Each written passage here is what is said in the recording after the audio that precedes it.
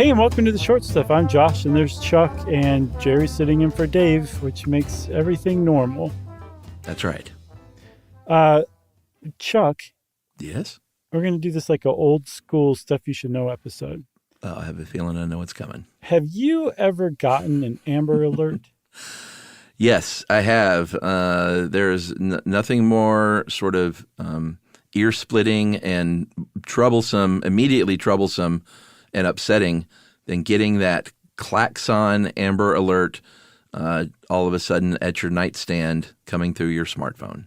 Yeah, that's actually a little older than I thought. I think those started in 2012, wireless emergency alerts. Yeah. And yes, you can turn them off, but if you turn them off, you are shedding a slight amount of your humanity, perhaps. Although there's a debate about whether they're being overused or not.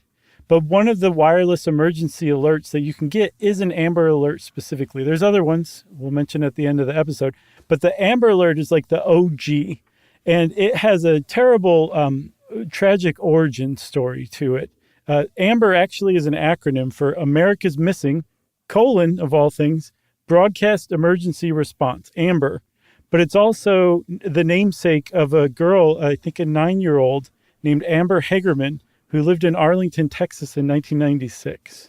That's right. And we should probably tell you what an Amber Alert is before we get into that sad story, because if you're from abroad, you don't know that an Amber Warning is when a child has gone missing and they send out basically, we'll see it's operated by the state, but it essentially almost always ends up being a nationwide alert sent to highway billboards that are digital, sometimes lottery signs that are digital and can be changed, your cell phone, on the television, and they get it out in all these ways that, hey, we're issuing this now because, you know, usually it's like this child is in this kind of car and on a highway, and if everyone keeps their eyes open, we may get lucky here if everyone really pays attention for the next few hours. That was a great definition of the Amber Alert. Yeah. I mean, I sort of went off on my own thing, but I think everyone knows that the likelihood of finding an abducted person or a missing person gets less and less as time goes on. So that first hour is just so critical, even if they can get out a warning that says there's a Ford Taurus with this license plate and this kid is in it. So keep your eyes peeled. Exactly. All right. Well, thanks for setting me up for telling the tragic story of Amber Hagerman, but I kind of have to now. Yeah. Back in January of 1996, Amber, who was, like I said, a 9-year-old from Arlington, Texas, had gotten a bike for Christmas and was riding it around near her grandmother's house. And there was an abandoned Winn-Dixie grocery store, the parking lot of which she was riding her bike around. And there was a local man, a 78-year-old man named Jimmy Kevill, who was watching her ride her bike. And Jimmy Kevill apparently is the lone witness to Amber's abduction. He said that a black pickup truck showed up and a white or Hispanic man in his 20s or 30s got out and took Amber forcibly with him. And there was a nationwide search for Amber. I'm not exactly sure what it was about that case that got everybody, but her disappearance launched a nationwide search, pre-Amber Alert. And tragically, 3 days later, a dog walker found her body in a creek. Yeah. Because of the need it showed to coordinate, to get the word out, the Dallas-Fort Worth area police department's law enforcement got together with the broadcasters from the area and said, hey, let's figure out like a basic way to get the word out for abducted children, like ASAP. Let's figure out a standardized way to do that. And they came up with the Amber Alert. I think within 10 months, they had the system up and running. Yeah, which is a great thing. Sadly, it is a case that remains unsolved, but let's take a break and we can get back and talk a little bit about the specifics of how they work right after this.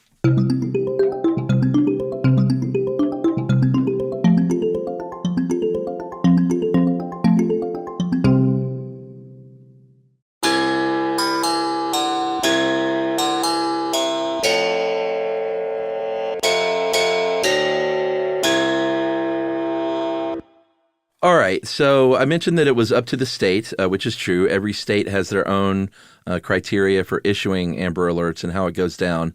But the DOJ, the Department of Justice, did issue guidelines about recommendations that kind of break down into 5 categories for different reasons. The first one is law enforcement has a reasonable belief that a child was abducted. This one's pretty obvious on what that means. The second one is law enforcement believes the child will suffer serious bodily harm or worse. And the reason they have these criteria is because there are missing children all the time, and not all of them. In fact, very few of them get the actual Amber Alert. Right. So this is to sort of qualify for that specific case. Right. And the bodily harm one is the need for just a timely response if they have information where they believe, and a lot of times it could be like a relative that has them that's, very upset or has made threats and things like that. Yeah, but I think the crux or the underlying gist of Amber Alerts is this abduction by a stranger, because that's the greatest danger typically that an abducted child can be in. There's also a standard that most states have adopted. It's 17 or younger. They're like, let's not put pronouncements on what's a child or not. We can all just basically agree anybody under 18 is a child. And if they meet this criteria, then we're going to issue an Amber Alert. And then the last part is, and this is a step that not everybody takes, but it seems very critical. You want to take that information that you send out on the Amber Alert and enter it in the National Crime Information Center system, flag it as a child abduction, and all of a sudden the Amber Alert will go from a local or a state or a regional thing all the way out to national, like nationwide. Law enforcement all around the country will have an alert that this kid has been abducted, so be on the lookout for him. But not all states have that as part of their criteria or contingency plan, which is surprising. Yeah, for sure. There was one we missed. There was the other criteria is there's enough detail about the appearance and the abduction of the child. So they won't issue an Amber Alert if it's just like I don't know what my kid was wearing. I don't know where she last was.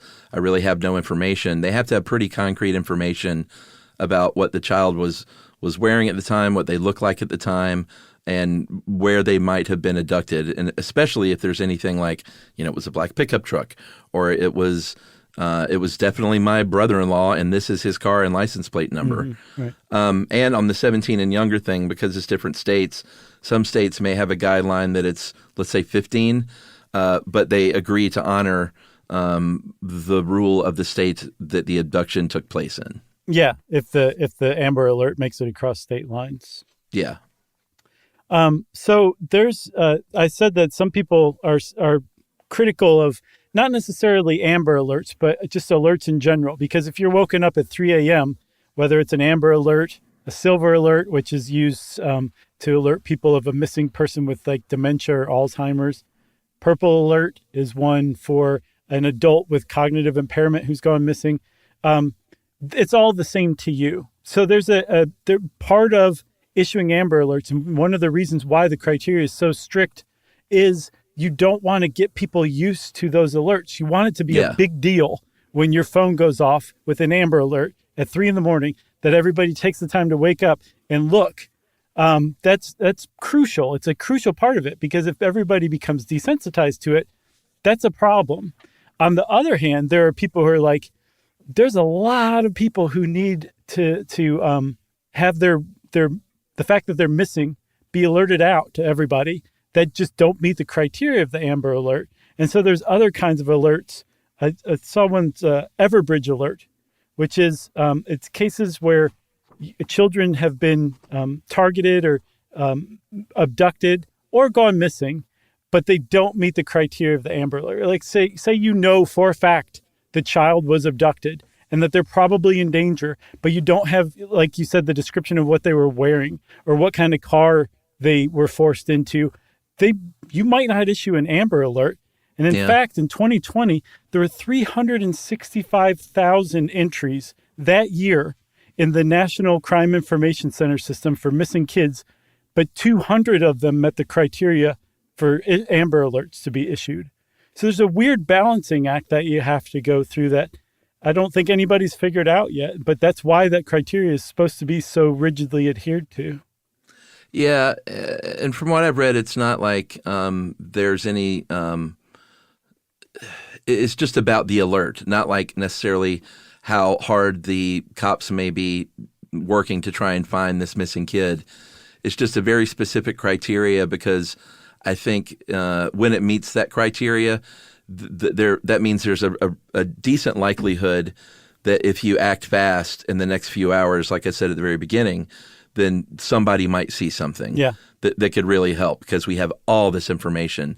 I feel like most of the ones I've seen have been family members, which is interesting. Same here. Had no idea that it was supposedly for stranger abduction, but they've done a lot of good work from 1996 to 2023.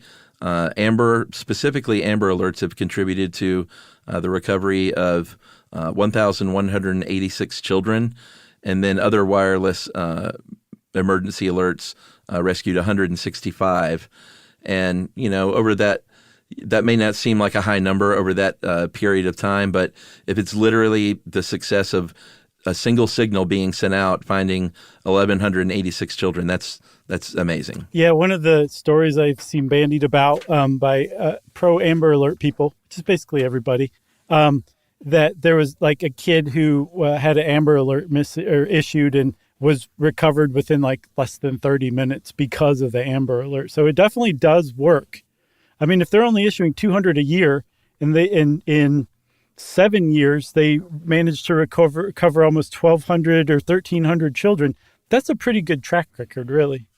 Yeah, for sure. You got anything else?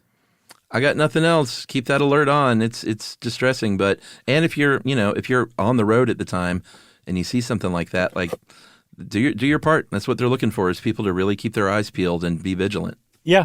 And if you're a state legislator, maybe take the time to really sit there and see if your state has too many or is issuing too many of these things and is in danger of desensitizing the public, because you do not want to do that. And, of course, since I just spoke directly to state legislators, that means Short Stuff is out. Stuff You Should Know is a production of iHeartRadio. For more podcasts from iHeartRadio, visit the iHeartRadio app, Apple Podcasts, or wherever you listen to your favorite shows.